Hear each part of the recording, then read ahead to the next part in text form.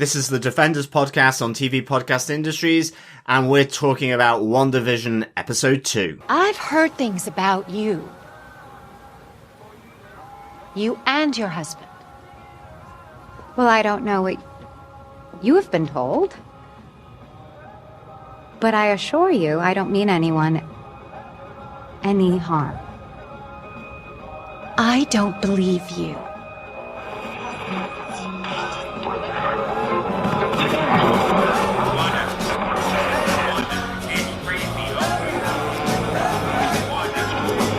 Who is that?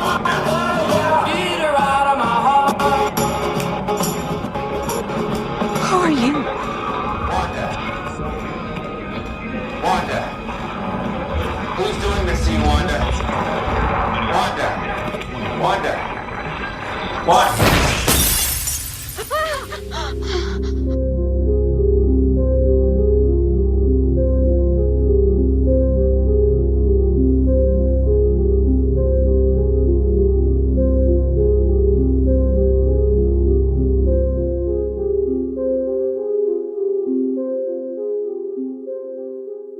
Welcome back, fellow Defenders, to the Defenders podcast on TV Podcast Industries. And this is episode 2 of WandaVision. I am one of your hosts, John. I'm one of the other hosts, Derek. And rounding out this trio, I am John Derek. I am Chris. I'm just so used to going WandaVision. You just combine names now. That's how you do it. I was thinking of doing a track underneath the entire podcast, just going WandaVision over and over again, all the way underneath. But it probably gets quite annoying if it goes on for an hour. I guess so. Yeah. It could be worse. We could just be saying "for the children." Yeah, that's true. Welcome back, fellow Defenders. Great to be back for this episode. This is something that we don't normally do. We normally are very lucky in that we get some previews for episodes of the shows that we cover, and we record them day one and put them out. We decided to do episode 1, as you know, the day of release, and then episode 2, we put out the call for all your feedback, asked you what you thought of the episodes, and now we're recording our thoughts on episode 2. And boy, did you all deliver. We have got loads of great feedback. And guys, wait till you get to the feedback section. Loads and loads of our wonderful listeners that we haven't heard from in a while, because obviously Marvel's been off air for a year and a half. So there's lots of special guests returning for our feedback section. Yes, we sent out the fiery call a la Lord of the Rings, and you answered. You answered Rohan. Yes, you did.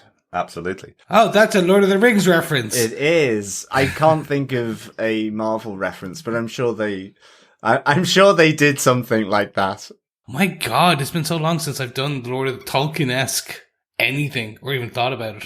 Well, with the Lord of the Rings series coming up, we may need to brush back up on our Lord of the Rings stuff. But John, you could have easily gone for the on your left call out. Well, I guess. Which brings everybody back together with in the end of Endgame, you know? Okay, look, my brain's melted, alright. But the I good forgot news... that one.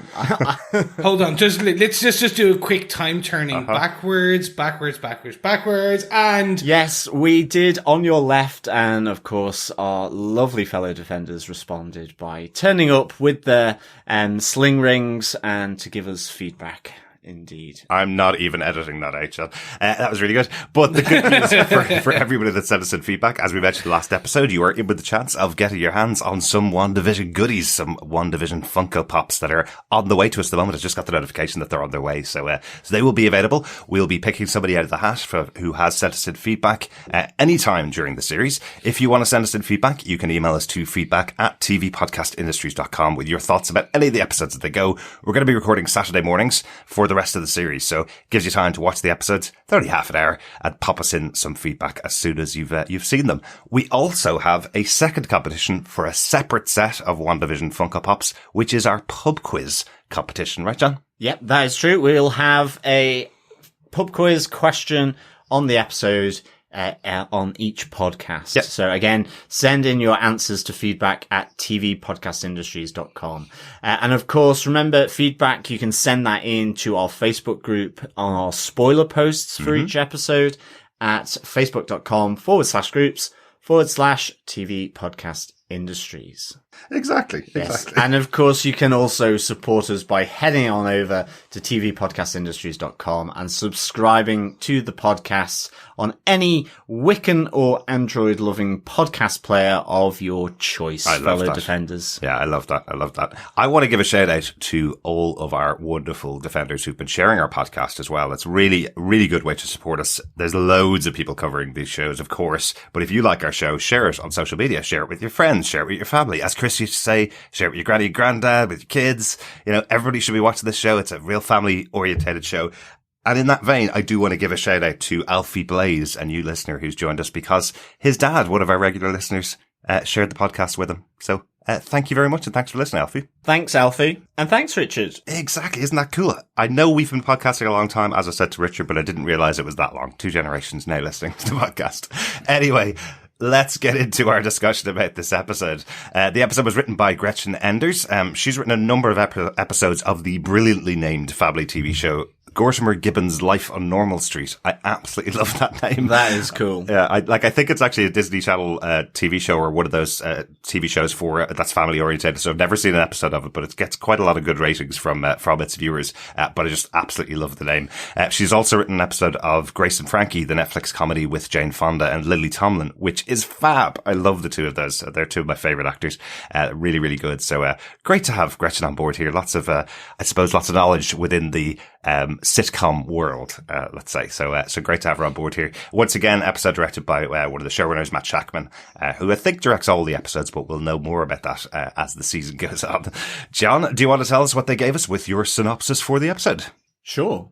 In a new decade, Wanda and Vision go out of their way to impress the neighborhood as they prepare for their magic show for the local community fundraiser that's for the children. For the children.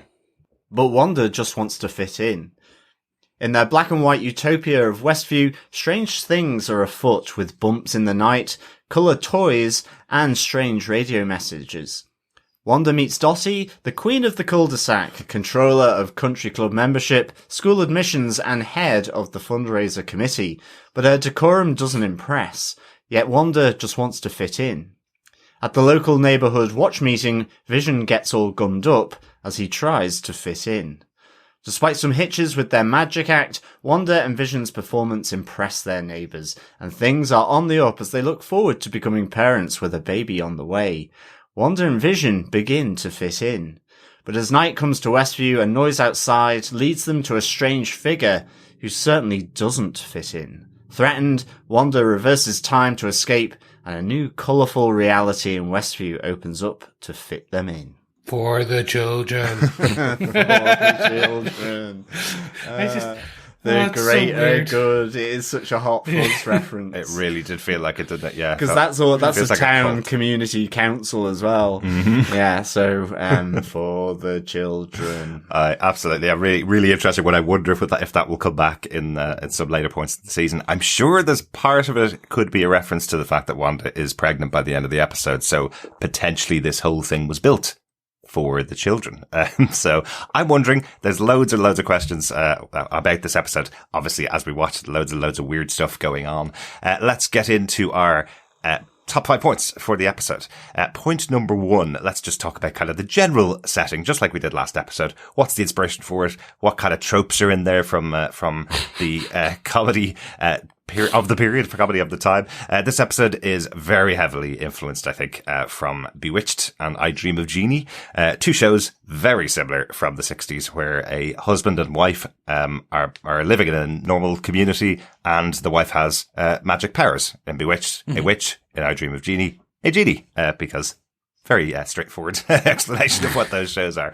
But very specifically, I think the opening titles that we see in here, where we have an animated version of Wanda and Vision flying through the air on the black and white background, that's definitely Bewitched. Yeah, right? definitely. Yeah, and even seeing when Vision eats the chewing gum, and it goes to like almost a cartoon inside, and seeing the gum clog up his cogs. I guess. Yes, exactly. So I'm going to just jump in very quickly, because again, we talked about in the first episode, for those who are joining us, thank you. If you haven't listened to our episode 1 review, please jump back and you will understand what I'm talking about.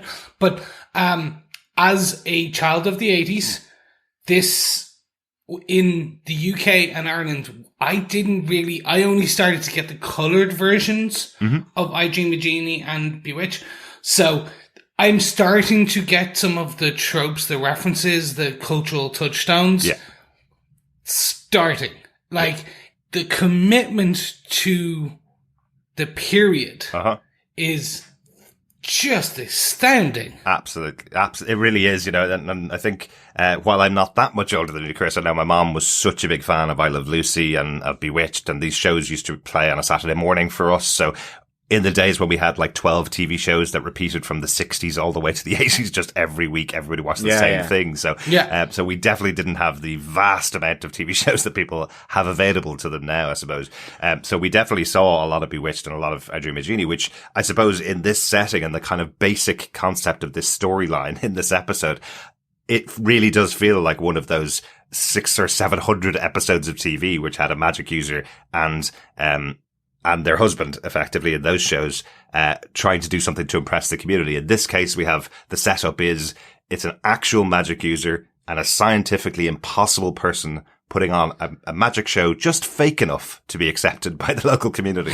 It can't be overly magic or else the community will wonder how weird they are. It can't be really bad or else the community won't be impressed by them. So, and so I kind of love that setup, but it does feel like something straight out of Bewitched or I Dream of Jeannie. And I think as well, like the opening, part of this with the two beds, side by side, that is a real kind of touchstone, I think, in, I guess, the era of having a husband and wife in separate beds. And I like, you know, them coming together, dare I say it,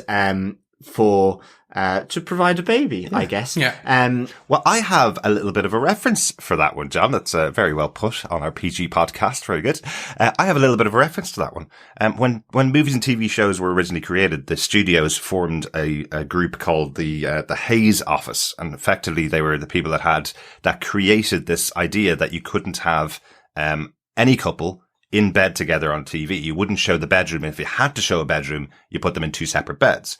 The first TV show to actually put them in a double bed together was Bewitched. Yeah. And that was back in the 60s. So I love that this is a very specific reference. It's almost, remember last episode we were talking about the characters were in the 50s. This episode opens with them in these two separate beds. The two beds merge together and then it goes into the opening credits showing we're now in the 60s. We're now in Bewitched. So that is just indicating that that's what's happening. They're merging together and coming into the 60s. The end of this episode is now showing going into color, going into the 70s. So yeah, and it literally is beds and banging. Well, with the noises outside coming from the tree, and of course we do get an immaculate conception here. Well, it's not that immaculate when the beds are pushed together, at least. Yeah, but I don't quite know how Vision can accomplish that. So I'm going through Lovecraft Country, and can you imagine, like, each episode having the simple premise like that? Like, a single. It's like, we're going to have one thing, you're going to meet a couple of people, and that's it. Yeah, it's crazy. And even though I've not watched it, something like Bridgerton, you know, a period piece that is now, you know, I guess maybe making people that watch that slightly uncomfortable because it's so hot and steamy. Mm-hmm. You know? Yeah, my mom had to turn that off after 3 episodes. She loves period dramas. She was like, this might be a little too much for me. It is raunchy.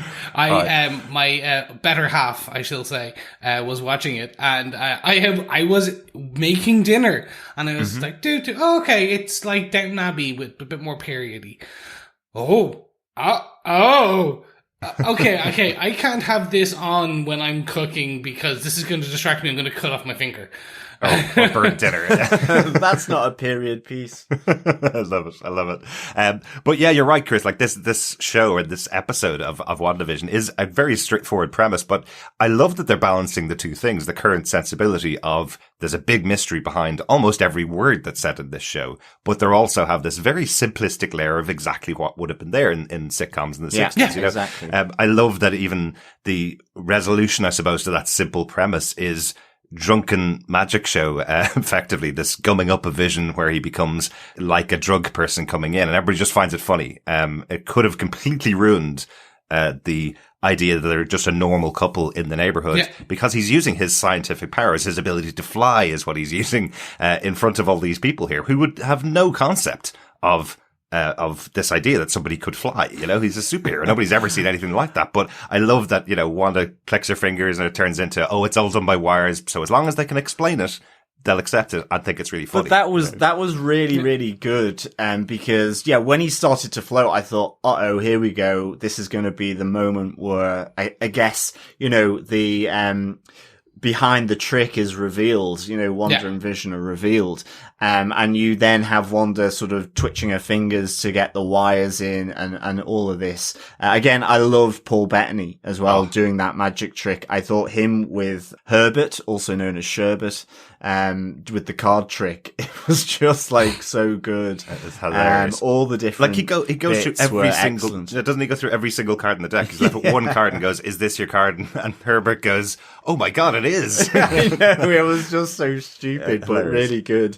I like even the opening scene with Paul Bettany where the two of them are in bed and, you know, he's trying to be the man and the next thing he's clutching at the bed sheets all frightened because of the noise outside. Yeah. Like, I don't know, there's something with his facial expression, which is just kind of just perfect for this type of comedy. He is loving it, you can tell. And it's kind of interesting. I don't know whether on the talent show where he's, you know, kind of drunk from the clogging up of his insides, but it's like he went much more London in his accent. He kind of more Cockney kind of coming out. I don't, you know, or South London kind of thing. Yeah, he really did seem to go much more into that, you know, as when anyone is kind of drunk, they all go Cockney. They all kind of, you know, go into a more natural accent, I guess. So yes, fellow listeners, as John gets more intoxicated on the weekends, he does go Cockney, just in case you're wondering. I do not. He goes very Liverpudlian. Liverpool! That's it on the basic setup for the episode, though, is that that's kind of our first point. Yes. Should we talk about the other part of the episode that is also a pretty basic setup? So there's actually two main storylines that are going on. The fundraising committee is our second point, because we need to talk about a couple of things that happen in the fundraising committee. This is kind of more where things become a bit odd and a bit strange, and in a sense, I think Vision he's kind of insulated from this. He's not really seeing this. Yeah. But I think Wanda is the one where these strange things are happening.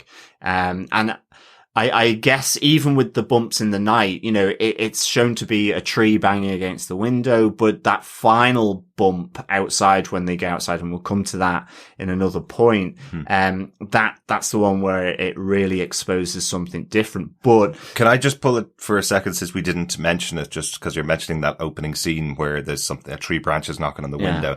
Honestly, because it's the MCU, all I kept thinking was, is this going to end off that it's Groot outside this universe smacking on the walls of the universe trying to wake up Wanda? Is that what it is? They're going to have the budget to do Groot on TV at the end of the series, you know?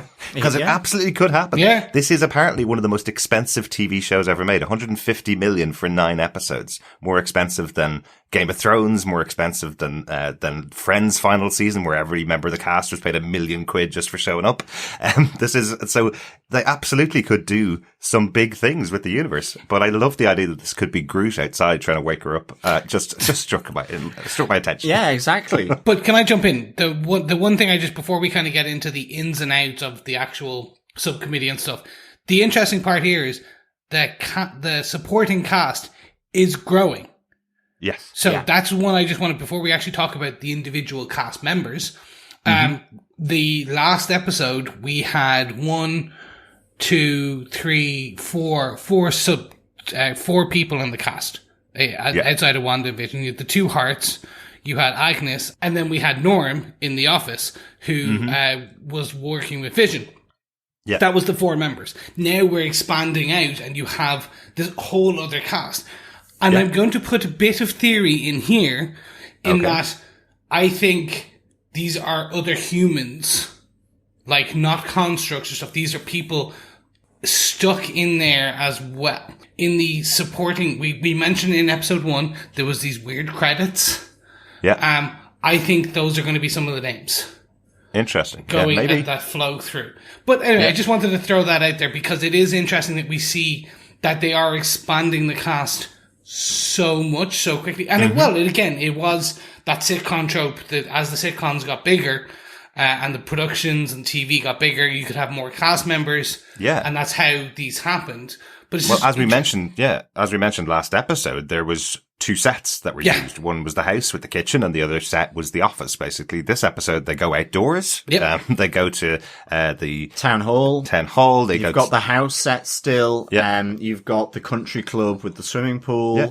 So it's a much bigger endeavor in the second episode versus the first episode. Still much, much smaller than we'd see on a standard TV show nowadays. But they're building out Westview as well. Yeah. This community, this town that they're living in as well. And of course, with that, then we get to see Dottie, the queen of the cul-de-sac, and the queen makers. I love that description by Agnes of who Dottie is. Yeah. And of course, Anya from Buffy plays Dottie as well. Absolutely, and I know all fans of Buffy recognize Anya.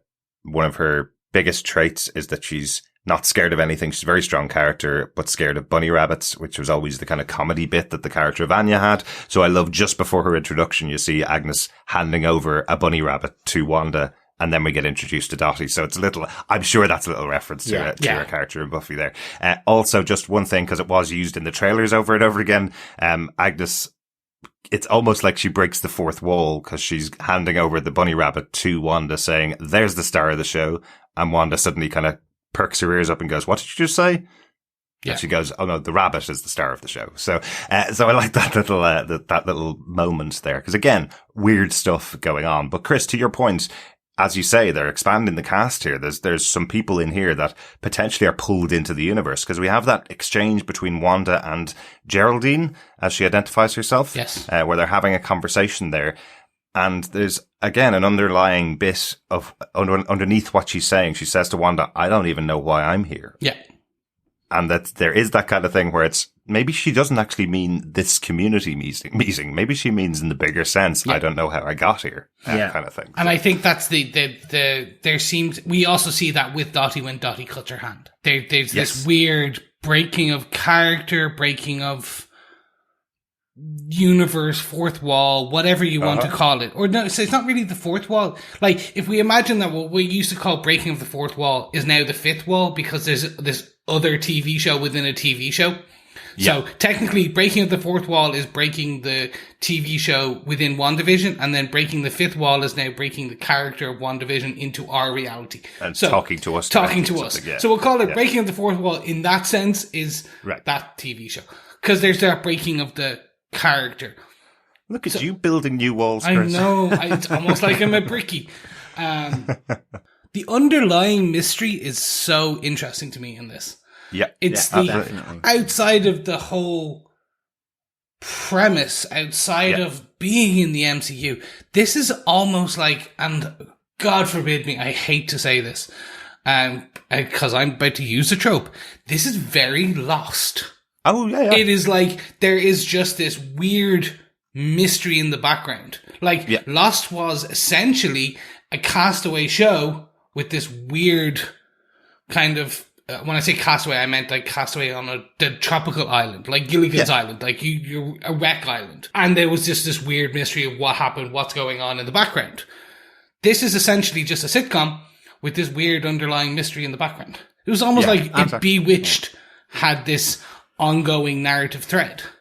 Absolutely. Yeah. I do love the fact that you mentioned Dottie cutting her hand, but did once mention that we see red blood coming out of her hand in a black and white TV show. So a nice kind of what the heck's just happened here, because I presume you wouldn't see blood on TV even when people cut their hands back in these shows either. So her having red blood coming out of her hand and kind of having that moment of going, what's going on, and then resetting herself into the character, I suppose. But that's it. And it's also the idea that we see the red blood. We guess that, and from Wanda's reaction, that she sees the red blood, but Dottie presumably doesn't. She's not seeing that, I guess. Well, because she just talks about, I mean, she knows she's cut herself and she knows it's blood, but whether she's seeing the colour, because she doesn't make any reference to it. But of course, with Wanda, it's the link back to what she saw in the hedge, because then Dottie is simply talking about, what's the best way of getting out a bloodstain? But I think it's that kind of, it's that kind of writing which is really good, because it's something of shock value with the blood being red in a black and white world. But everyone else playing it relatively straight, other than Wanda. And I think, you know, it comes to the point where, you know, Wanda is saying, I think we got off on the wrong foot here to Dottie. And she goes, you know, I don't mean you any harm. And Dottie is simply saying, but I don't believe you. Yeah. And it's that idea of, you know, that actually is really sinister, again, like we talked about in the first episode, as to what that means, because we know the power of Wanda and what she can do. But this is probably simply Dottie saying, I know, or she thinks that Wanda is coming for her Queen of the Cul-de-Sac title. Yeah. That's the harm here, is that she's going to usurp her, in, you know, the great, sort of, pyramid of community power, I guess. Absolutely. I have to say, just some of the writing as well with those scenes, are just really funny. I love when you have Dottie talking to the lady who's standing up first, who's giving all the details about the fundraising event. And she's giving like these amazing, like intricate details about everything that's going on. And she asks her, what about the chairs? But she can't answer the question. So she goes, well, don't ask me to chair any committees then. It's like the power is so corrupting her, I suppose. This little power that she has in the local community. It's really, really funny writing. Last thing we probably need to speak about, in this community scene, obviously, is the big break into the world, the radio message that's coming through. That kind of breaks into, the Beach Boys' Help Me Rhonda. Yeah. Which I do wish was Help Me Wanda, of course, because it would work so much better, but it sounds kind of like Wanda. But the breaking in of this message from potentially the outside world, from someone that's clearly familiar with Wanda, because he's calling her by her first name. There was a split moment where I thought it was Captain America's voice. I was wondering whether it was Chris Evans as well. Yeah, but I guess it's not, but just for the moment, maybe it's just that kind of all-American kind of accent that's coming from, or just the time period. But it's like, for a split moment, I was like, is that Steve Rogers? Yeah. Is it? But I guess it's not. I was wondering whether it could be Happy Hogan potentially, in there. Potentially, there's loads of other people that could be, you know, Benedict Cumberbatch and Doctor Strange. Potentially Doctor Strange is making a connection, trying to work out how to get in contact with her. But I couldn't work out the voice. I genuinely have listened to this little clip so many times and cannot work out whose voice it is. But, we will, I'm sure, find out as the series goes on. Well, I think the important thing as well from that radio message, you know, they say, Wanda, can you read me? And it goes kind of into music, and then Wanda, who's doing this to you? Mm-hmm. And so, like, you know, in terms of what we were talking about, in the last episode around, you know, is she in her mind, or is it something else? You know, this really kind of just takes that to mean, it sounds like either it is that Truman Show type thing where she, is being contained and put into an alternate reality. And then, you know, this idea that maybe this expanding list of characters in the neighborhood are people that are simply just kind of managing her and watching her. And then, but I also then just wondered, well, is that the case, or is it something where she is being contained because of what happens at the end? You know, I mean, effectively you have, as Chris was saying, that breakthrough, into this world. Mm-hmm. You know, this external, unusual object or person, like at the end. And in this case, the radio message. Yeah. So it's kind of interesting. She's still creating this world, but it's being contained because maybe it's a danger to something, or has this world been created for her that she can manipulate, and is being housed? So it's almost like a Truman Show type thing. Yeah. Very interesting. Yeah. I'll very quickly just state my opinion at this point is based on what they're setting up. It's just that who's doing this to you leads me more to the credence of that she has, like, something happened. She went in as an Avenger to fix it and is now kind of imprisoned almost. It's happening to her versus what we assumed was happening was that more she was devastated by the loss of vision. She is creating a kind of reality where she can have vision back again. That's where I thought it was with episode 1. Because she told Vision to fix it. She controlled that aspect. Yeah. I'm now less of in that camp. I am now more in the camp of probably they are manipulating her to control. She does have some power, some element of control in there. I just think it's more that things are happening to her. She definitely has some control because she rewinds time within that space. Well, before we get into all of that, because those are kind of the rest of our points, that's true. Let's go into our ad break.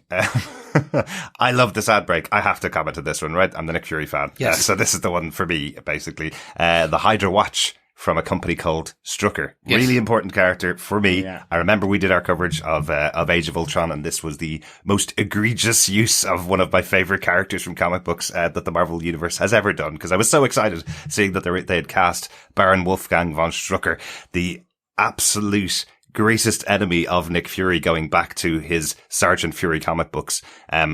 They cast him. They had him in the movie. He was in there for about 10 minutes and then ran away, gave himself up, and then died.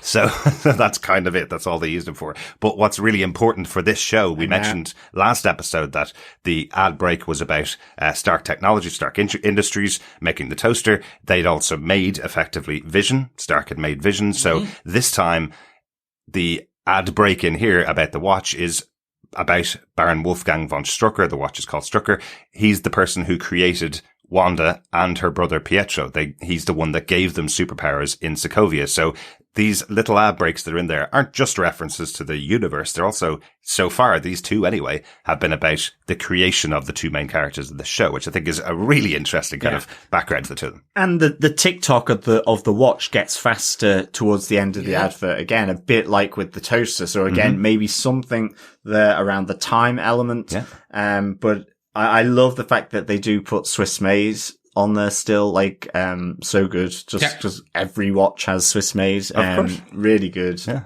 And the little Hydra symbol as well. Yes. On the face of the watch. Of course. I'm hoping the merchandise people are going to make that. So they're going to have to at some point. Cause Derek that is so gonna buy it. Yeah. Because literally there's so many people would buy that. Like a Strucker watch with the Hydra symbol and everything. Can I say one very quick thing? Mm-hmm. I am hoping it is just that. I am hoping it is an ad break. It is just, it will transition us perfectly into our next point. I'm hoping the Hydra is a reference just to Strucker and just to the ad break and just to Scarlet Witch and Pietro. I'm hoping Hydra is not the big bad behind this, because I'm like, oh God, guys, come on. You've got so many. You've got AIM. You've got so many other big bad organizations and bad guys. We've had our Hydra moments for now in the MCU. I know the whole theory of Hydra is cut one head off and a new one grow. There's another Hydra head. I just think you have so many I just don't think it needs to be Hydra in this situation. So I'm hoping this is a nice Easter egg ad break to Hydra. Right. I don't think it will be Hydra coming back as the big bad in the show. I don't think it would work for the show. It doesn't make sense. I think the big bad is probably the mind of Wanda being controlled by somebody else. So that's more likely. But what I would love to see is the actor who plays Baron Strucker coming back for some form of flashback where we do see Pietro and Wanda getting created, or something going on with their creation, something like that. You've got a TV show with 9 episodes to fill worth of mythology for these characters effectively. So hopefully this is just a small reference that this is what's going on in her mind. She's playing on the creation of von Strucker, of her by von Strucker. And maybe we see some kind of flashback to that as the episodes go on. But I don't think it's going to be that Hydra are the big bads behind it all. You're right. That story has been played out, even though they were created in 1965 and have had amazing storylines over the years. For 40, 50 years. So. But I think as well, I think moving to our point 4, what we're seeing reoccurring here is this sword symbol. And it's getting weirder in terms of now it's in color with the helicopter. And we see that sword symbol on the side of the helicopter. I think when we first saw it, and I didn't quite know it was a helicopter, and just seeing the red and yellow of like Iron Man's suit, I was just like going, oh, okay, is this some kind of fragment of the suit or something that is penetrating that wall, or this reality of Wanda? And, we see this helicopter, and now she gets interrupted by Agnes, and is that purposeful to distract her from, the helicopter, move her along, basically, which is again another little, nod towards, the people in this world, in this neighborhood with Wanda and Vision being, people to, move them along, mentor them, and get them, or stop them questioning things. But it's kind of interesting. It also had a number 57 on it, which I didn't know if that referred to anything. Yep. So I'll jump in very quickly. To my understanding, and I've checked, is Avengers issue 57 is the introduction of Vision. Oh, very good. So, very good. There was an interview on Nerdist on YouTube with Nerdist and Matt Shankar, the showrunner, the creative, one of the writers and kind of creators of the show. He said that there's the prop master, for this show basically was given a bit of carte blanche. He was the prop master for like Captain America. He made the shield, etc. He got carte blanche, just go for it and run with it. So a lot of these, like, there are some deep cuts in this episode. And I think this was a deep cut that no one really got until the editing bay, because he says in this interview, it was in the editing bay I noticed stuff like this. Yeah. And you're what like, is this number 57? Yeah. That's a cool little reference. That's a nice one that we see quite often in the movies in the past. In the MCU, we see references to their original appearance in comic books, or that the number at least appears. That's quite a cool idea. We've already mentioned the other kind of weird stuff that's going on in the episode. The blood coming out of Dottie when she cuts her hand. That's quite important. That's another sign of the red coming into the world, the color coming into the world. The radio message that we've already mentioned earlier on, as things kind of ramp up to the weirdness. That was kind of our point number 4, but we did talk about it a little bit already. So point number 5, we're just going to take out the weirdest things, I suppose, that happen in the episode. Our final point for this episode: the beekeeper and a baby. The birds and the bees. Well, there you go. Very good. Very good. I don't know why, but the first time I watched the episode, I kind of didn't realize. I don't know why. It's very silly of me, but that effectively at the beginning of the episode, we have them pushing the beds together. It's crawl under the covers together, and then at the end of the episode, she's pregnant. I didn't realize that they had specifically set it up in the episode that's what had happened. Maybe I just had put it to the back of my mind by the end of the episode, but I thought it was quite funny. Look at you going back to the 60s as well in your mindset. Yeah, I know. I was totally going with. So we're going to have to sit down with Derek and explain how everything biology works. So when a man and a woman love each other, they give each other a special hug under the covers by magically pushing their beds together, and then within 30 minutes, a baby is created. Yeah. But I do know enough about biology that that's not exactly how it happens every single time. And for the most part, somebody doesn't become quite heavily pregnant within 12 hours of people having sex. I kind of know that. She was noticeably pregnant when they returned back from their magic excursion, or not so magic excursion. And the time dialed up, linking into the speeding up of the watch TikTok, the toaster ramping up till its final pop, maybe. So this is moving in, I guess, double, triple, quadruple speed or something. Potentially, at least for Wanda, anyway. So can we reference the comic books here? She has a high metabolism. If people don't mind a little kind of sort of comic spoiler, the actual comic books between Wanda and Vision, in those comics, Wanda does have children, but she's created them herself. So they are magically created, I suppose. So that would kind of explain here why she's pregnant this quickly and why she's showing pregnancy this quickly. She would create them. I think John has an allusion earlier on to the fact that, well, you know, Vision's clearly an android. So how does this work between the two of them, and how would she be pregnant? But they are in a really weird universe here as well. So, I have a Bender reference. Please insert Gerda. Okay. Nice. But I do think it's interesting that they are pulling things. There's nothing here. I know everybody thought this was going to be the House of M storyline. Everybody thought this was going to be the Vision storyline from his own book. A lot of people referencing those kind of stories, but none of the episodes we've seen so far are directly connected to those shows. They're taking bits of them and creating something brand new here. We've never seen a comic book where Wanda and Vision are based in the 50s in a TV show. We've never seen that, or the 60s in a TV show. So they're taking little bits, but I think this is the first kind of big bit of their storyline. They're taking Wanda being pregnant with Vision's children, but magically pregnant. Yes. And I think that's the core of crux of this, which is they're doing what we thought they were doing for, like, what they did with Civil War, which is they took a fantastic comic book storyline, and they took elements of it. So they took parts of all of these different bits and then put it all together. And I think this is what we're getting, the Tom King Vision universe. We're getting the original WandaVision from the 80s, 90s. We're getting parts of House of M. We're going to get other elements of it as well. They're going to pull in all these parts and these great storylines. It's all going to... I don't think this is not it's all connected. It's not a single storyline, which everyone assumed. And can I just jump in? This is one of the things I think on myself. I'm gonna interrupt myself. Chris, excuse me, that's a really good point. But what I really want to actually talk to you about is okay. Stop the voices in there. This is my own head.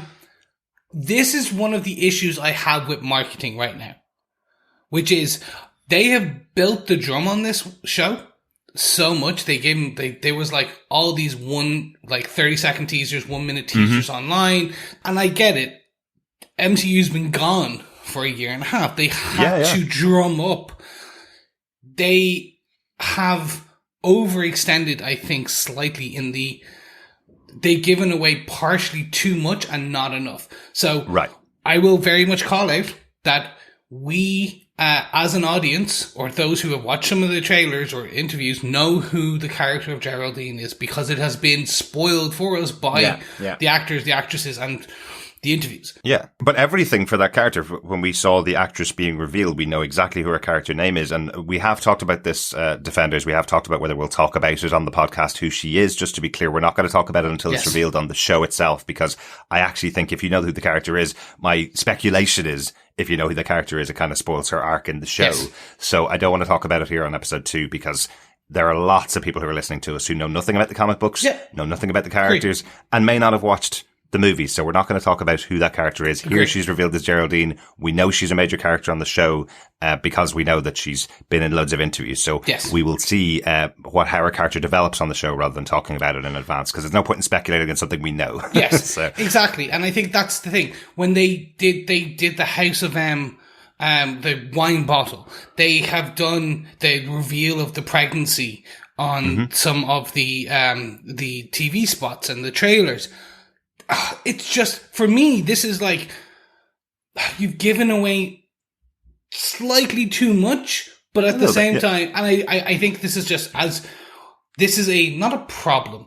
It is a product of the world we are in, but also it's a product of 2020/2021, which is we should have had a lot more MCU over the last while.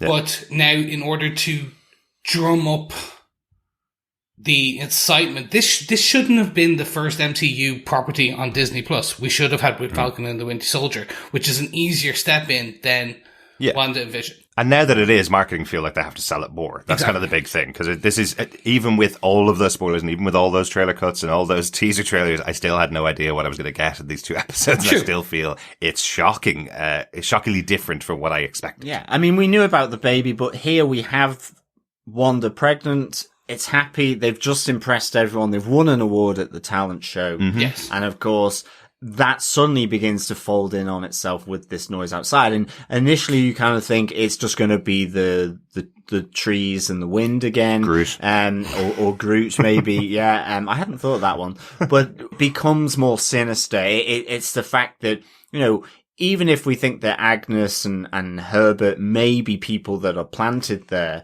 they're not, they may not be, and they're not threatening as such at this moment in time. Whereas this takes on a completely different dimension, with this person coming out of the sewer up through the manhole cover, and that look and his face in darkness, really great. I loved how that was done, with the sword symbol on the back of the beekeeper suit. Absolutely. It's a beekeeper suit, but it wasn't until some of the feedback coming in that the look of the beekeeper also being a slight reference to AIM, and that was Cale Hensley that kind of pointed that out, that okay, it could be, but there's definitely then the sword symbol on the back there. And I think because the constant joke about AIM is that their suits look like beekeeper suits. Why would bad guys wear those particular suits? So that's kind of an interesting little element to it as well. But again, what really happens here is that we see Wanda has real control in whatever this construct is, because she reverses the time back to the point where they realize that she's pregnant, and it takes on a different pathway. So again, thinking of the time stone and the way the Ancient One described different timelines, but this is happening in a situation that maybe we don't know the full context of it just yet. It's still in its bubble. And that was really interesting. And also the fact that in the world turning to color, that moment where Wanda is doing that, because you see her red magical mist as it turns everything to color, which is an interesting thing as well, because it's definitely her power. It's her power, definitely, but I don't think she knows she's doing it. She notices the red face of Vision first. Yeah. So it's a really, just to talk quickly about that rewinding of time. So she's threatened by this beekeeper that arrives. She's threatened by this intrusion into the perfect world, effectively. She says no, big word, no, reverses time back to a moment where she's really happy. The moment where she reveals her pregnancy, feels really safe, feels really happy with Vision, and asks the question, is this really happening to Vision? And Vision says, yes, it's happening. Effectively, I'm here, we're together, you're pregnant, we're now a happy couple. And then the world starts to turn to color. So it feels really like when threatened, she's able to reverse into a moment and change time. Exactly, a safe space, change time so that she's no longer threatened. I think it's what it feels like there. So, so whether, this is a fractured mind where she's in her safe space and there's people coming to save her from that or take her out of that space, we don't know yet, but that's kind of what it feels like here. But it's a cool moment. Yeah, and it feels like a real external intrusion into this world as well. That's the thing. Like the manhole being, you know, the airlock into this world. So it is absolutely sawn from the outside world. Yeah. So John, I think this is, in my view, this is, like you said, an intrusion.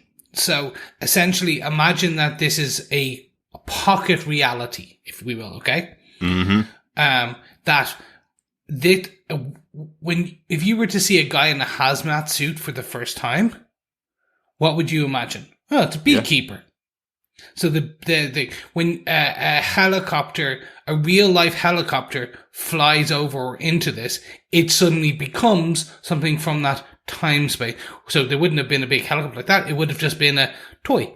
So I think all these things that are happening, like they throw a walkie-talkie in and it's spouting out noise and it's then interpreted as a radio. Right, very good. So it's all these breaking is them trying to get into this reality, and that's how it's being interpreted by the person who is in control to a de facto control, or being controlled to create this reality, or has the ability to change. So I think someone has captured Wanda. Okay. They're controlling her. So as you said, like, she rewinds back to a safe space because they're doing stuff to her, and the way she escapes this, like, as you said, Strucker, right? He tortured them when he created them. If we think about how we were first introduced, they were in these rooms, kind of freaking out and like tortured to a degree by the stone. Absolutely. That was the post-credit scene, wasn't it? When we were reintroduced to them in Age of Ultron, they volunteered to be experimented on, was how it was kind of framed. Retconned, we only saw them. to a degree. How it was framed, I'd say. Framed is a good way. All about the framing. All about the framing. That's a really interesting idea, Chris. You know, like, again, as I say, my little joke from this episode, potentially Groot tapping on the outside is transformed to a tree tapping on the window. Exactly. Yes. So she's kind of transforming the intrusions from outside into things that would fit within her world, or within this universe. But very interesting that we're absolutely suddenly in color at the end of the episode. Let's see how that plays out in the next episode. Guys, that's it for our top 5 points for the episode. Anything else you wanted to talk about from the episode at all? One very quick one, just which is interesting, and it probably has nothing to do with anything. It's just probably a fun Easter egg. But in the animated intro, we see the character of the Grim Reaper. In the background. The Grim Reaper is a old school villain, from the WandaVision universe, Avengers universe, who is, Simon Williams, aka Wonder Man, the superhero, an Avenger. It's his brother. Right. So we see Grim Reaper in that, view, and I'm like, Ooh. You could tell people have been pausing the intro to this show. Yeah, exactly. Because I've also seen it reported that exact background figure in the animated bit is the Wizard, who we saw in season 3 of Jessica Jones, who was also a character that was in WandaVision. So everybody's picking up on all the MCU little touchstones as well, aren't they, as they go through these episodes.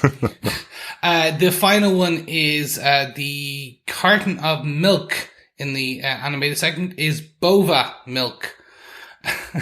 Bova is an atomically walking on. It's a character from the comics where it was a cow that was evolved by the High Evolutionary to walk on 2 feet and could talk and everything, and it's kind of acts like a human, and was a midwife to Wanda. Yeah! Excellent. That's fantastic. I don't know whether I want to drink her milk, though. That seems like a little too far. Yeah, that's a little weird.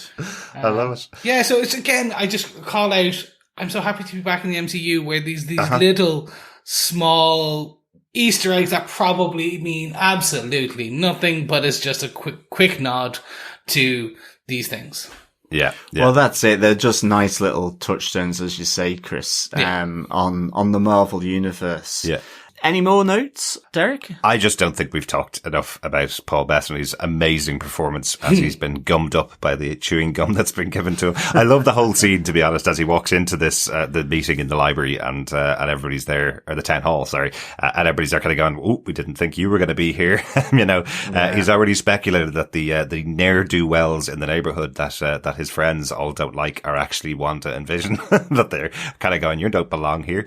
But he kind of ingratiates himself with all of them by sharing some gossip, of course, because that's what all of these meetings are about, gossiping about other people. But I love the moment when he's being asked, does he want to have a Danish with them, and he says, "I don't eat food. I mean, I don't eat food between meals. At meal times, I'm a regular eating machine."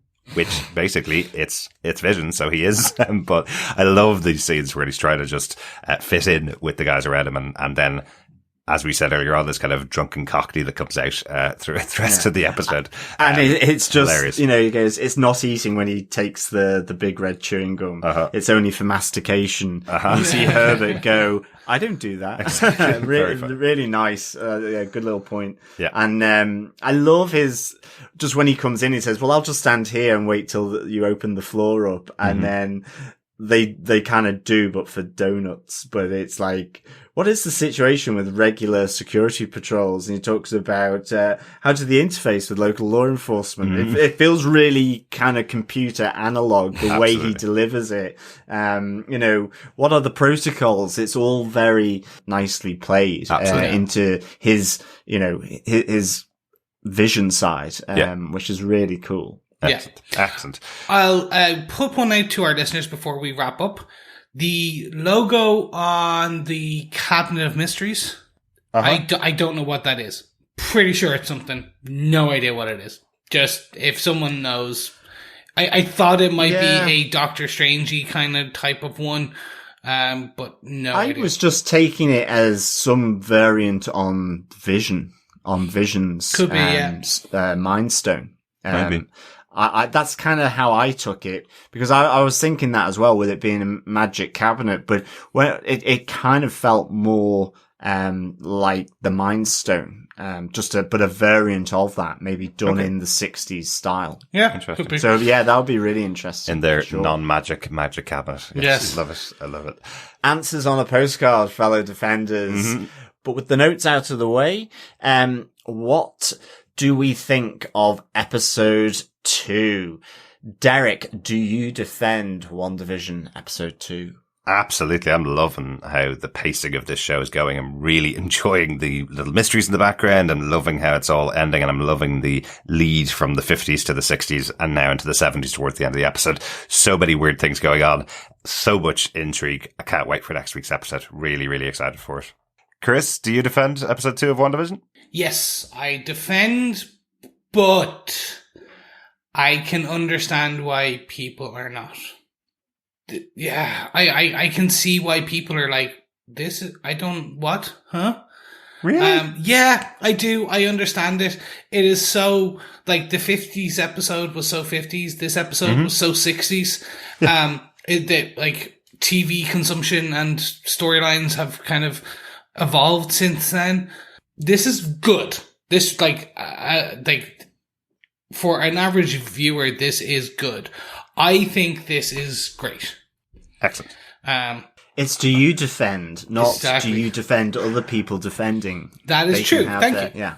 I think I need to go through your Twitter feed and your Instagram feed and your Facebook feed and pull out all these negative Nellies that you have following you, Chris, because this currently has a 95% rating on Rotten Tomatoes. It's got a massive rating from critics, of course. Now, there will always be people that will be against shows like this. Always be people that want the whole thing to drop. Remember what happened with The Boys? That had a 15% rating on Rotten Tomatoes because they weren't releasing the episodes all at one time. So, I remember that. Yeah. So remember that got taken apart for a couple of weeks, and then it's recovered its rating and got massive awards. But with WandaVision, you're definitely going to get people that will watch it and go, "Oh, I want to see the whole thing," or "It's not the MCU that I remember." I totally get that. What's interesting about this show, and I did want to point this out, what's interesting about the show is this is on Disney Plus. We know that, obviously. We're all watching it on Disney Plus.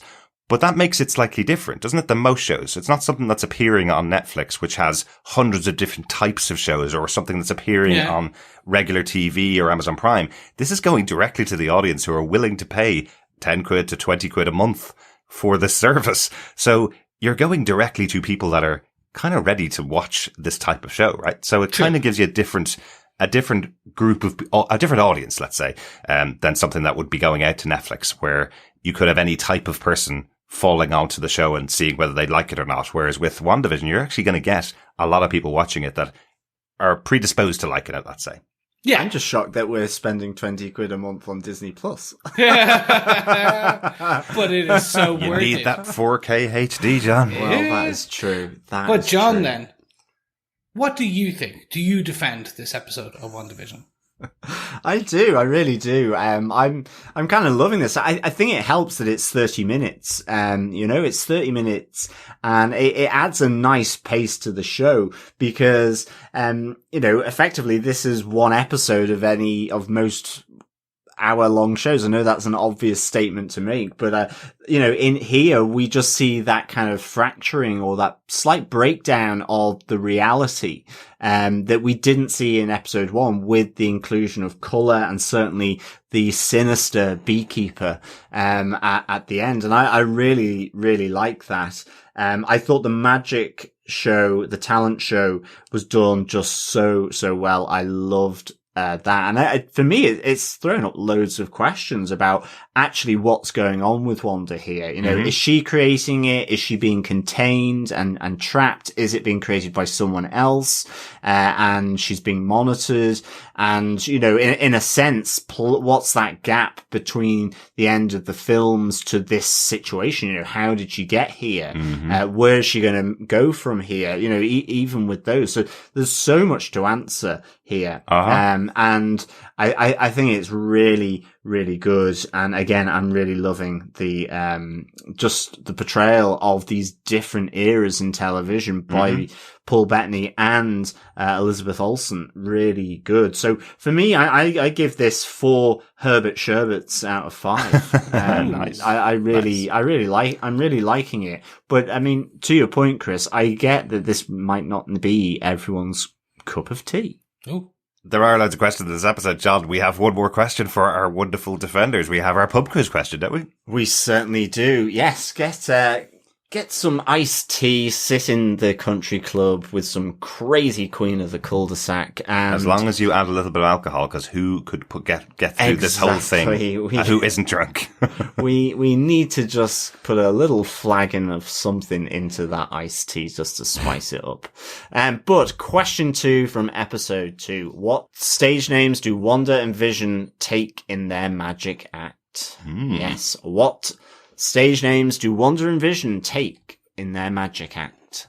Send in your answers to feedback at tvpodcastindustries.com. You can send it episode by episode or chuck all of your answers in right at the end after our episode 9 question. Yes, closing date for the pub quiz is the 15th of February. That should be after all the episodes air and before we go into Falcon and the Winter Soldier. So we should be able to put together all of your pub quiz questions and choose the recipient of those wonderful WandaVision Funko Pops.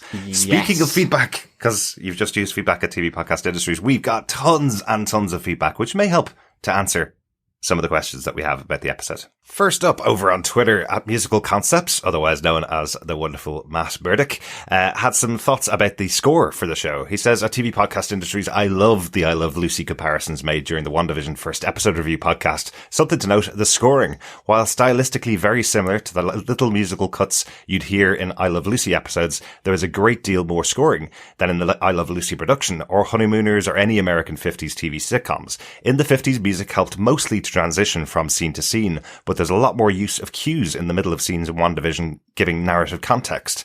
An example would be right after Vision leaves for work and the music comes in for Wanda pondering the calendar and what the heart on the date means.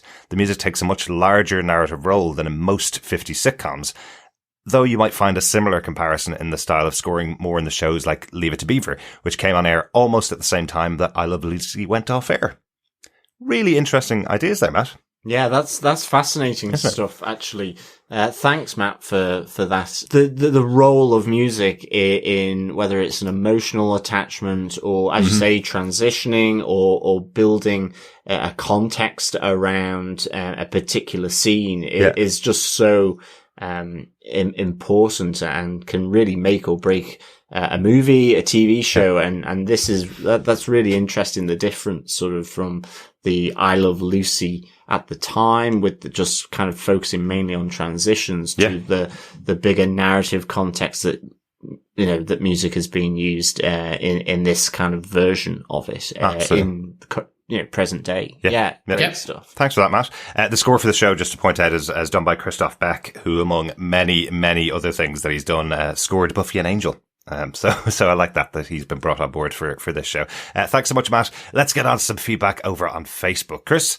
Yes. First up, we have the one, the only Ronaldo. He had this to say about episode 1. Wow, I thought I kinda knew what to expect, but I honestly didn't expect a full-blown recreation of a 60s sitcom. Elizabeth Olsen seems so natural in the role. It's a real pleasure to watch her. It took me only just slightly longer to get comfy with Paul Bettany as a sitcom vision, but by the end of the episode, I was so invested. Wanda seems to have more of a Tabitha power set rather than what she's had shown in the MCU. So it could be a bit confusing to see, but for those who have followed Scarlet Witch in the comics, it's exactly on point. Could also indicate it's all in her mind too. The change of camera use of the dinner table as Mr. Hart choked was the first sign of uneasiness, and it took my partner Eve off guard, who I'm excited to say seems really interested by the show. At 22 minutes, sans credits, sure it was short, but man did it fly by. Guess it a sign of an enjoyable show. Loved the delicious ending with that mystery person watching the TV screen. I'm in for this ride the whole way. Thank you so much, Ray. And yep, I can't but agree with you on every aspect of that, as we talked about in episode 1. And I'm glad you've got your partner on board. Welcome, Eve. I'm hoping you're listening to the podcast too. Absolutely. Hopefully it's playing round the house right now. Yeah, thanks, Ronaldo. Yeah, I think that moment with Mr. Hart choking was really good in terms of taking it out of that lovely bubble gum version of the 50s. Really, really good. Yeah, next is Alan Thomas. Alan says, I was definitely amused in the first few minutes by the Bewitched homage, but I confess I got a bit bored with it by the middle section of the episode before my flagging interest was piqued again by the strangeness at the dinner table. Yeah, I mean, that dinner table scene is the thing where you become uneasy because it is setting just something, a disjoint, a disconnect in that world that is both real for them, but I think, like I was saying on episode 1, what they're doing is unreal for us, and seeing it in 2021. Yeah. And so, like, there's the unreality of it all is kind of really, really, fascinating. Yeah. Yes. Thank you so much, Alan. Next up, we had some additional feedback from Claire Payne, who had this to say. I actually didn't know what to expect, but the lobster door knocker sold it. 30 minutes went so quickly. I can definitely think John agreed with you on the lobster door knocker. Definitely. Lobster door knockers all the way. We've got ours on order for the front of our house. Yeah. Ooh, I can't wait to see it. Claire went on to say, the comedy timing and delivery from Elizabeth and Paul was brilliant, but you can feel something simmering underneath. I found myself trying to work out for them what the heart meant on the calendar. Even the commercial for the toaster from Stark Industries was a nice touch. Looking forward to watching the next episode after I've listened to your podcast. Thanks, Claire. Hopefully you waited, you're savoring each episode like we are, and then you kind of went on to the next one and you didn't binge too quickly. Absolutely, yeah. Sorry for splitting it up for everybody, because everybody should be able to binge their 50 minutes of these 2 episodes. Hopefully, it was worth popping on, listening to the podcast. Thanks, Claire. Thanks, Claire. Matthew Randall says, it's probably for the best that Elizabeth Olsen dropped her accent before this show. But both are so brilliant in these episodes. They almost seem like real old-timey characters, but you never forget they're Scarlet Witch and Vision, which is great. If people were confused by her power set beforehand, it's about to get a lot worse. Why can she change her dress and make rings appear, but not magic up some dinner? I don't even care. The dinner table choking scene had me really tense, but I feel like more could have happened. Maybe I'll understand it a bit better after listening to your episode on it. Thanks so much, Matt. It's really interesting, isn't it? We were rewatching Age of Ultron last week, and it's so jarring to hear Elizabeth Olsen with her Sokovian accent in the episode. Slightly Russian, slightly European, and now having an all-American accent in the show, and in every movie after Age of Ultron. It's just so jarring going back and hearing what her accent used to sound like. So my wife is going to be quite happy. She'll never listen to this, but she'll be quite happy that I can say I mentioned this. She had one thing to say, which was, did you mention the accent? Did you mention the accent? Because like you guys, I watched the Legends section, the mini episodes on Disney Plus, and it had that accent Yeah. And essentially she was like, what, why does her accent change so much? Why? Like, have they explained it? Yeah. And I'm like, no, not really. It's just like over years. She goes, I'm different. I'm foreign and my accent hasn't changed that much. I was like, yeah, I know. It just, look, it's comic books. Yeah, there you go. Exactly. Partially, it's to do with Wanda's powers, right? If she's able to magic up all the things she's able to magic up, she can change her accent too. Maybe that's all it is. We're all hearing it in this perfect American accent, but actually she's still got the Sokovian accent underneath it all. Both Matthew and Ray mentioned the power set of Wanda in the MCU. It is really interesting. When they started out, she was effectively created by Baron Strucker, so they gave her a very limited power set. She could just kind of explode things. And by the end of the movies, remember, in Endgame, she was going up against Thanos. She was able to take him on with how big her power was. And now in here, we see her in this 50s TV show, clicking her fingers, moving plates around in the air, doing the kind of magic you would see within those TV shows. So if anybody's kind of putting together their list of what powers Wanda has, it's going to be quite difficult to keep track of what her actual powers are and what they're showing off in the show. But yeah, really looking forward to seeing a bit more detail about what her real powers are, as opposed to the stuff that she can do for the TV show. I think it's partly just that setup, isn't it? That's why she can't make dinner, because it's much funnier if she can't make dinner with clicking her fingers. Yeah. Dr. Bob Phillips says, I had no clue what to expect despite teasers and no idea when the colour would drain back into the 4x3 world of WandaVision. And the fact it stayed in the 50s made me sink entirely into the daft mess. Where is it going though? The toaster had a red light. The company is a front for something, and Mr. Hart, lobsters, magic, and a ukulele. And more importantly, has Agnes, the nosy neighbour, truly murdered her husband and is looking for a new partner? Yes, Ralph certainly likes to remain off screen. Yep. And maybe deep down, Agnes is a serial killer. They do say it's always by the people you know. So Wanda and Vision better watch out, I guess, for Agnes. That would be such a weird twist of the story if she was a serial killer, wouldn't it? It really would. I think we also may have been watching too many serial killer shows on Netflix. It could be. Yeah, exactly. Oh, God, yeah. Yeah, thanks, Bob, for the feedback. Great to have you on board for WandaVision. Absolutely. Thanks, Dr. Bob. A few corrections to me for my insistence last week that the show was based around I Love Lucy. Lots of people getting in contact. Donald Dennis first says, that actually looked like the Dick Van Dyke house. And Jeff Charles echoed, I love the Dick Van Dyke Show inspired set. How much does Agnes really know? How is Sword watching Wanda and Vision? I'm intrigued, and I think I'll need to rewatch this episode after I've seen all the rest. I love the payoff on the lobsters. That one ended up as the door knocker. Absolutely, Jeff. Yeah, I think it's a bit of a weird thing with the Dick Van Dyke Show. Didn't really translate over here. We know Dick Van Dyke from Mary Poppins. The character was played by the same actor. But the Dick Van Dyke Show didn't really come into the 80s. No. I wonder if it's, and excuse me here, because we are a PG podcast, but I do wonder if the double entendre that's in two of those words may not have translated to British TV in the 80s. So I think the joke goes that you wouldn't be able to commission a show called that nowadays. Absolutely.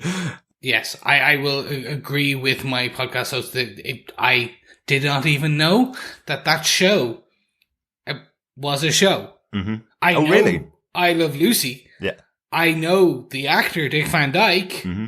I did not know he had his own show called The Dick Van Dyke Show. There you go. Yeah, I knew about the show, but I just never, ever watched it. But yeah, I loved the payoff of the lobsters as well, as everyone now knows. But thanks, Donald. Thanks, Jeff. Yes, we had some additional feedback from Kelly Resendez, who continues to say, definitely not what I expected, but I don't really know what I expected. Strange, quirky, fun, funny. Where are they taking us with all this? Loved the old-time sitcom feel, the Dick Van Dyke Show, the Honeymooners, I Love Lucy, and I can't wait to see where they take us from here. Mm-hmm. Thank you, Kelly. Yeah, as you say, those apparently are all the inspirations for this first episode. I know one of them. There you go. Yeah, thanks, Kelly. Ray Felix says, I saw the first two episodes and thought it was fab. It reminded me of Mr. Robot Season 2 and the beginning of Natural Born Killers, which both took a sitcom-style approach. If you've read the Avengers X-Men crossover House of M, the show is very loosely based on it, mixed with I Love Lucy and The Honeymooners. Yeah, thanks for that, Ray. Ronaldo also added Tom King's vision to that input into this world of WandaVision. It really is taking that House of M. I remember that being a really great comic, and I'm glad that, you know, that there is that, I guess, underlying darkness because, you know, there is some House of M sort of use in here, and that this happiness from the first 2 episodes is probably going to have so much horrendousness or underneath it. Yeah, good call out on Natural Born Killers as well. I completely forgot that opening scene, which is effectively how Mallory gets away from her family, is just told as if it's a sitcom, but really brutally violent conversations that are going on and this kind of stuff. So, and then it turns into the movie Natural Born Killers, which is brutally violent and quite explicit, but the opening of it was done in this really sitcom style where people are laughing at things they really shouldn't be laughing at. So very similar like that. Yeah. Thanks, Ray. Thanks so much for that, Ray. First voicemail for the season, and I think this was actually the first piece of feedback we got. Middle of the night came in after the episodes had aired on Disney Plus. Xander Ray sent us in some feedback. Hello, gents. How are you? It's so good to see the Defenders TV podcast back in my podcast stream. So glad my mates are back. WandaVision was amazing. I saw the first 2 episodes, but I'll only comment on the first. You guys are way off on what show this is, on what show it's supposed to be. This is not I Love Lucy at all. It's the Dick Van Dyke Show. As somebody who grew up on Nick at Night reruns of all that classic TV, this was so the Dick Van Dyke Show. Elizabeth Olsen is an amazing Mary Tyler Moore a sort of copy. But in general, I really like the show. I think it's very interesting, and their chemistry totally, I think, is gonna hold this show together no matter how weird it gets, because Paul Bettany and Elizabeth Olsen are great. Catherine Hahn, the neighbor, is like the perfect sexed up neighbor from all those old shows. Anyway, great to have you guys back again, and so looking forward to the entire season of WandaVision. I'm dancing at 5 a.m. right now. Later, mates. Love it, Xander. I love that you've come back to us as well from Defenders TV podcast. Yeah, we've been off air on Defenders TV podcast for like a year or so, and suddenly having episodes reappear again in the Marvel feed's great. Great to have our listeners back from them. Yeah, you seem just as excited, I think, as we were when we watched the first couple of episodes of this brand new show, because it's so not what we expected. I don't mind being corrected about my use of I Love Lucy by our awesome listeners, because you guys always know more than we do. So we love hearing from you. Thanks so much for that, Xander. On to episode 2 feedback. Victor Sellers sent in an email to us, again, telling me that I was wrong on I Love Lucy. He says, I think the episode leans more towards Dick Van Dyke than I Love Lucy, especially the house. The home is very similar to the Petrie residence. You've probably seen episode 2 by now. The house is now closer to Donna Reed. Love your podcasts. Ciao, Victor. Thanks so much, Victor. Yeah, there's a reference that we definitely wouldn't get. Donna Reed was another show from the late 50s, early 60s in the US that Donna Reed, very famous actress, was in lots of films that you've seen if you like black and white films, including one of my favorite movies, It's a Wonderful Life.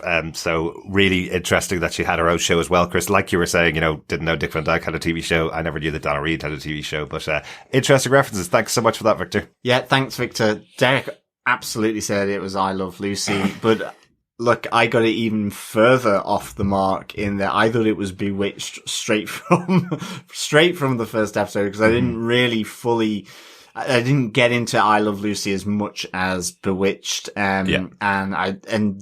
Van Dyke, it's one of those that knew about but never watched. Right. I just guess we thought he was going to be a chimney sweep in it all the time, and dancing on the roof tiles. But is that why Vision's doing the kind of Cockney accent in this episode? Is he might be. referencing? That'd be hilarious. Is he referencing that? So yeah, I had the first 2 episodes pegged at Bewitched just because I guess Elizabeth Olsen as Wanda is doing magic.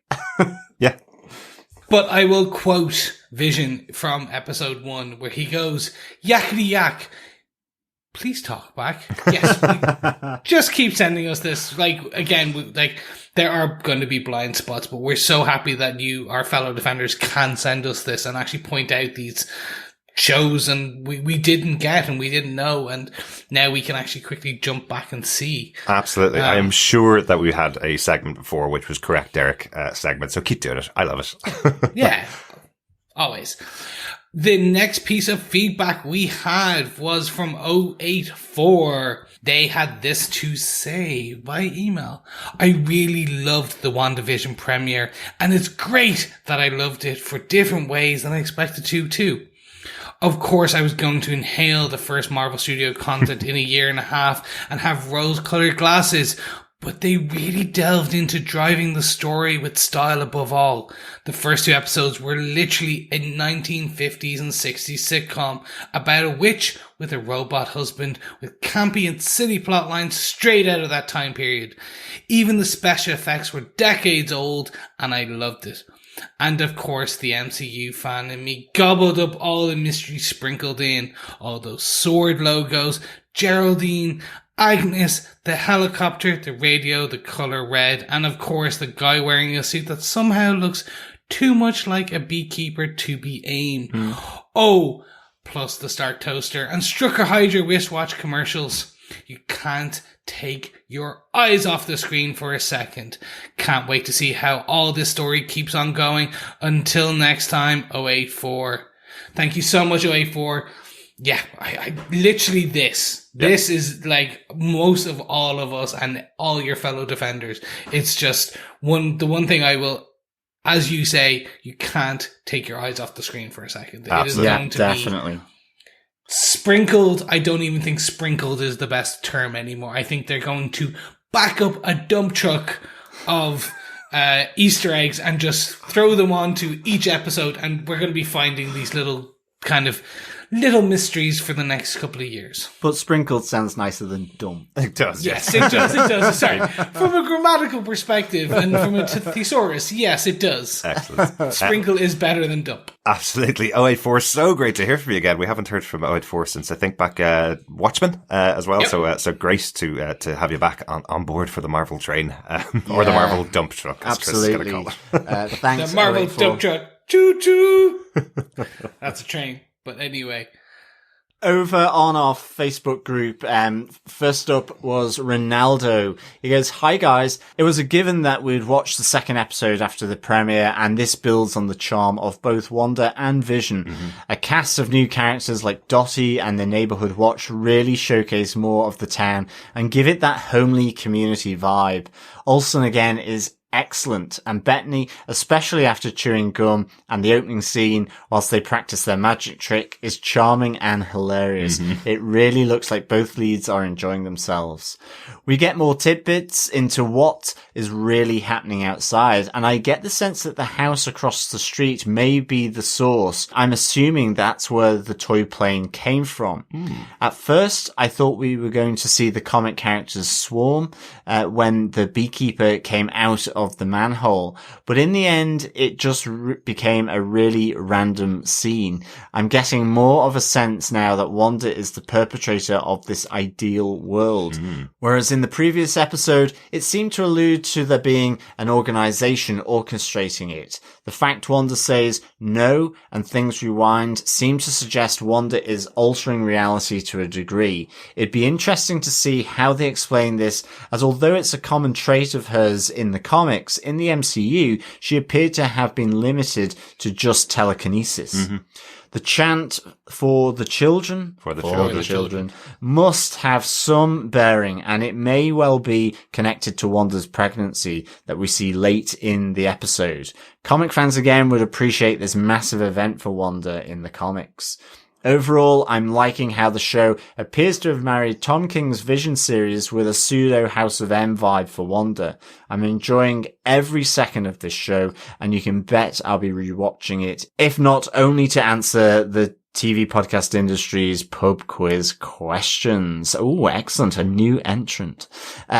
Can't wait to hear how you all view the show so far in your indelible manner. Next week can't come quickly enough. Thanks so much, Ronaldo. Yeah, no, it's interesting with these external influences now with the beekeeper. I was just thinking my uncle was a beekeeper. I wonder if he was associated with sword. I don't know now. But it was, really interesting about that it's in her head. I guess, like we were discussing on the podcast, it would be interesting to know, are they creating it and she's manipulating it, or she created it, as you're saying, and maybe they are in some way containing it because of some existential threat to the world. So it'd be really interesting. And the mix in vibe with Tom King's Vision and House of M. These are great storylines to be sort of picking from for these two characters for sure. Absolutely. So cannot wait for next week's episode. Excellent. Yes, thanks so much, Ray. I think after watching these episodes, the first thing I wanted to know was, what do other people think about this? Because I was going, I really enjoyed that. That was really good fun. I wonder what other people think about it. So hopefully we're providing a little bit of that for you. And I love hearing all the feedback from all of our fellow defenders.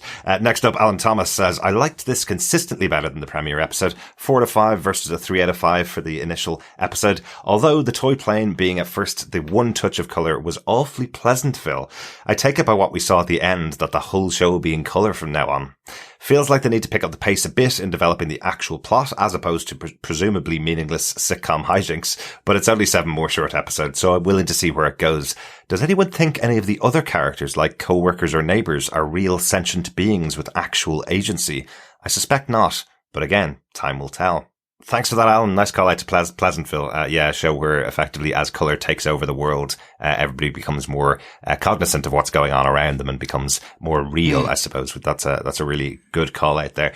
I do wonder if the characters that are surrounding them are plants maybe by Sword to look over, Wanda and Vision. That's what's going on there. But at the moment there seem to be going along with the script of the TV show that they're supposed to be following, I suppose. But the one that stood out to me in the episode is that meeting in the town hall as Vision arrives and everybody's having a conversation before he arrives. You know, you wonder whether that is actually a conference between all the other characters that are playing their roles in this world, but definitely something we'll see as the episodes go along. Yeah, and I guess with Wanda's reversal of time there right at the end, like, you know, you see it being the whole TV screen. What I mean is it's not just simply Wanda and Vision reversing back through, like the whole thing has the lines running through it as it rewinds, like the old video players. Exactly. And so I guess all the other characters must suddenly be finding themselves reversing as well, or suddenly, you know, if they have agency, if maybe they're connected to Sword, that they find themselves in colour, for example, or whether they're just, as you say, not really sentient, because again, that scene with Dottie with the blood, did she actually see red blood, or did she just see grey? The grey blood from that? Do they see them even know that they're in black and white versus colour or whatever? So really, really interesting. Didn't Dottie kind of reset to the type of line that a character like that would say? You know, she says, "How do you get blood out of your clothes? Do it yourself." Basically, is the way that she says it. So she's kind of reverting to a 60s housewife kind of thing. Yeah, thanks again, Alan, for that. Kale Hensley said, "Did anyone get a good look at the logo on the back of the beekeeper's outfit? I'm pretty sure it was Sword, but I couldn't help but wonder if that was an AIM reference." Yeah, thanks, Kale. Certainly when I saw that and I saw the beekeeper, I was kind of going, yeah, that has a nice little reference. Whether it's, you know, going to pan out that way to AIM, which I kind of quite like AIM. I like the they're pretty useless really, but I kind of like that as bad guys. You know, it's kind of like in the old Bond movies where, you know, people just kind of chuck themselves off like high places, even though Bond hasn't actually touched them. They kind of do that. They're like lemmings. They just jump off a cliff. Exactly. And I should also say I hadn't seen 084's reference to AIM as well. So, good catch as well from just Kale's, wasn't it? 084. Yeah, it was just Kale's. Yeah. Thanks for that, Kel. And it was definitely Sword on the back of the beekeeper. Yep, and on the helicopter as we pointed out in the episode. Yeah. Yes, thank you, Kale. We had some additional feedback from Matthew Randell, who had this to say: I think I could watch 100 of just these straight, goofy old sitcom episodes and not get bored. But it is nice to know they're building up to something. And it's nice to see Vision in full colour again. The grey was giving me sad Infinity War flashbacks. Like, yeah, I didn't think about that. Yeah, good Literally catch. the end. Good catch. Yeah. Yeah, that's a really nice kind of thematic feed into that, actually, that he's at the end of the MCU movies he's grey, and in here he's grey. Yeah, absolutely. Yeah, good catch, Matt. Kelly Resendez also caught the same thing. She says she loves how episode 2 keeps with the light sitcom feel, but then the Twilight Zone-ish switch more than meets the eye. I feel Wanda is a catalyst here, obviously, whether knowingly creating this world for herself or she's in this world and her subconscious and seeing the cracks in it. And the question from Kelly at the end is, did we start in black and white because that was the last vision of Vision that Wanda saw? So exactly the same thing. I did not think about that at all. But really good point. As he's drained of his powers, as he's drained of the Mind Stone from Thanos crushing his head, he turns black and white. So yeah, that's a really good catch, guys. Well done, Kelly and Matt. Yeah, thanks, Kelly and Matt.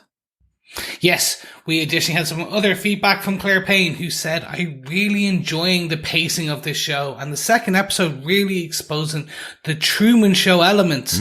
I love the commercials and this time a man's watch which has Hydra and the octopus skull syndrome on the watch face. The male voice coming through the radio saying Wanda's name sounded like Happy Hogan, played by Jon Favreau. Ooh. I don't know if there could be a connection in there. In why would he be saying that? I really do enjoy the relationship between Vision and Wanda. The comedy really does make me laugh out loud. I am so invested in this show. I'm not even going to overthink where this could go. Roll on episode 3. Couldn't agree more, Claire. Roll on episode 3. I love it, yeah. Not going to overthink this. Let's just get to the next episode. I totally agree with you, Claire. I wish we couldn't overthink it. We totally overthink it for an hour. Just one kind of call on how would Wanda know Happy Hogan. Remember, everybody was at the funeral of Tony Stark at the end of Endgame, including basically all of the characters. Everybody that was alive at the end was there. So as far as I remember, Wanda was there in that final scene as well. So remember, the world did continue after Endgame, so they may have formed relationships and bonds with different characters in those future moments after Endgame. But we don't know when this takes place, of course. It could be in an instant this whole piece takes place. We will definitely find out more as the episodes go on. Richard Blaze says, here is one for all the cool kids out there. Just watch WandaVision and Anya from Buffy the Vampire Slayer is in it. Made me feel well old. She looked like Anya's mum. If Anya had a mum, spoiler, she was a demon in Buffy. Bunnies, it must be bunnies. Man, I am so hip. Top. Nice job, nice. We think you're pretty hip, Richard. We caught the same thing. We're just as excited. Thanks, Richard. Claire Laffer says, I love that chewing gum turns Vision into a drunk cockney. Absolutely. Yep. You should see what a chewing gum does to John. It doesn't turn me into a drunk cockney. I don't know what it turns me into. The alcohol does. Yeah, it's alcohol that turns me into a drunk cockney. Or dare I say a sniff of alcohol turns me into a drunk cockney. And then a sleepy cockney. Yep. We also had some feedback from Jeff Childs, who said, now the house interior is Bewitched inspired. I also like the transition from twin beds to a queen. I'm curious to find out if Wanda is creating the world consciously or subconsciously. She seems to have control, like when she rewound the scene after the beekeeper showed up, but she also seems surprised by a great many things. Yeah, I think that's just going to be one of the ongoing mysteries of the show, which is how much control does she control? Absolutely, yeah. Definitely. Yeah, we'll see it as it goes on. And Jeff, I'm well impressed by your ability to know that it's a queen bed just from looking at it. I can't even do anything like that. Like, whenever I have to get new sheets, it's kind of out comes the measuring tape, because I never remember what size bed it is that we have. It's really easy. You're a queen. The size of the bed's a queen. But weirdly, I have a king. What's shocking is the amount of times you've come back with sheets for a twin bed, which I Finally, for Facebook feedback, Sandy Resenda says, my theory is that Wanda has been captured, maybe by Hydra. Experiments are being done on her, and this is all in her mind. Good theory, Sandy. Yeah, I think that's quite another close good theory, actually. Yeah. That Hydra want their intellectual property back, so to speak. Maybe, maybe. We are going to go Hydra's Disney! Hail Disney. Finally, we're going to go on to some voicemails. Mark Kirkman sent in a voicemail to us for this episode, for the first 2 episodes, actually. Hello, TV podcast industries. Mark Kirkman here from Panels to Pixels podcast. I just wanted to throw you guys some feedback and my thoughts on WandaVision that you guys are covering across the pond on your podcast. You guys are able to do that a lot sooner than we are, Steve and I. And I'm sure Steve is probably sending out his own voicemail just the same. So I just had a few notes that I had based upon the WandaVision episodes 1 and 2. So first off, the intro with the classic Marvel Disney intro was amazing. We finally get that. That's something that's not just within the movies itself that we knew before 2019. This is something new to Disney Plus. This is new to Marvel on pretty much like a TV platform, because this is the first of what we get. So that really got the juices rolling, and I just love it that we get that first and foremost. And to continue on, basically, I love the classic black and white with the Bewitched theme for the first 2 episodes. They have the introductions very similar to like I Love Lucy, and then they go into Bewitched, which is amazing and it's fun. I just love the way they actually film too is just intense. It really looks good on my 65-inch OLED TV and an Atmos surround sound in my place. The sound is amazing. Plus, I just love how when they do these episodes, they're doing this whole feel of similar to the movie Pleasantville with Tobey Maguire, of all things, former Spider-Man himself from Sony, as well as The Truman Show, like she's trapped into this kind of TV. Now, they also mentioned within the episodes themselves, Vision regards her, even within the first episode with the boss in the dinner, saying it's something from Sokovia. We haven't really heard any of that in a long time of Wanda being from Sokovia. I thought that was pretty cool. Though the humor is there, this is one of the beginning of what we're supposed to get, like pretty much a glimpse of what's to come within Wanda's madness. And I think she, in Sokovia as a child, grasped to these TV shows that grew up on these. And we're going to see these because that's what they have. They have old classic TV shows, and that's what they're going through. And this is her safe place, her safe haven.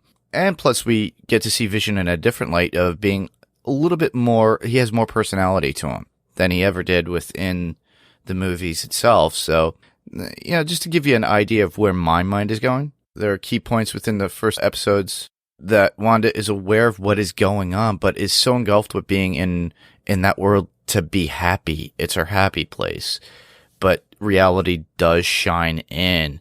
So in the first episode, we get when Vision's boss is choking, she emphatically tells Vision to stop this. And he does. Well, he does because he, takes the food that's out of his boss's mouth while he's choking using his powers. But you could see that that's what's going on. Then in the second episode, after we get the baby bump at the very end, after we get that reveal, like, oh, look at this. And then they're outside and they see the beekeeper coming out of the sewer. Then the scene actually resets, and then they're back to where they were before the beekeeper comes out of the sewage. the manhole. And I thought that was pretty cool. And then on top of that, keys that I've seen. Did anybody see sword in certain locations? That was pretty cool. So you got to keep apprised to what's going on within the episode. I saw a lot of sword symbols within the first 2 episodes. And whose voice was that on the radio? Honestly, I'm thinking that's Clint Barton. And he's trying to reach. She's got to be in some sort of facility, and they're trying to wake her up from something. She's somewhere that they're trying to save her. Maybe she's in a coma or something. I do not know, but within her own mind, she's creating this own world, and who knows what her powers are doing in the real world. This is my mind just brainstorming, dude. So you guys could take that up however you want.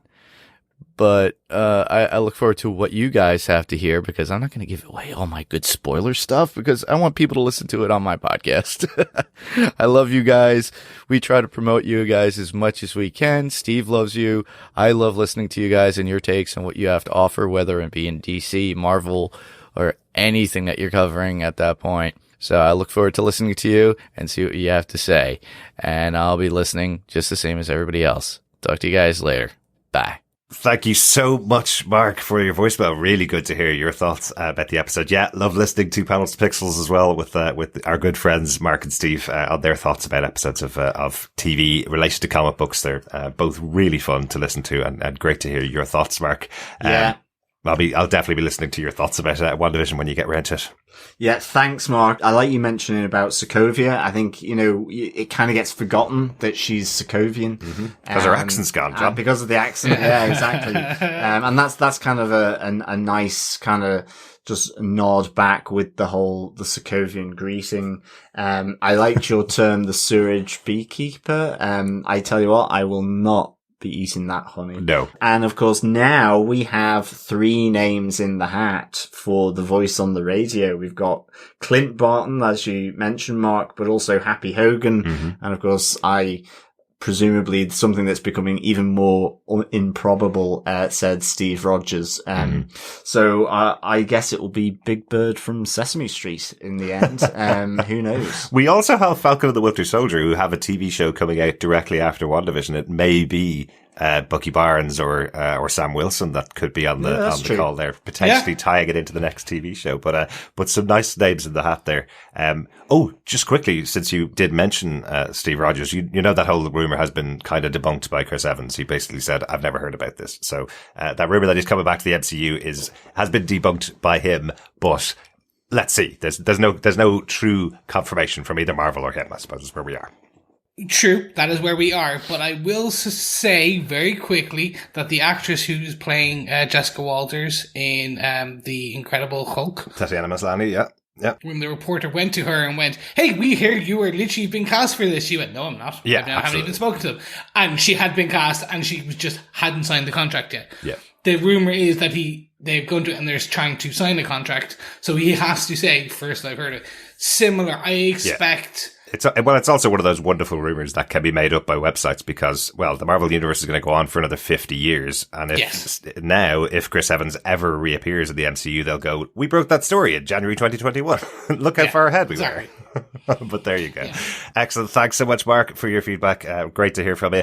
We have your co-host from Panels to Pixels as our final voicemail for our awesomely long feedback section. Thanks so much to everybody who's been sending their feedback. Steve Brown, take it away. Hello, TV Podcast Industries. This is Steve, and I have watched both episodes 1 and 2 of WandaVision, and wow, a really good start. I will admit, I'm glad I watched a video or a YouTube video this week that kind of gave a recap of what was going on, but you really don't need to know what's going on prior to this, at least at this point in the story. So I'm excited for the rest of this season.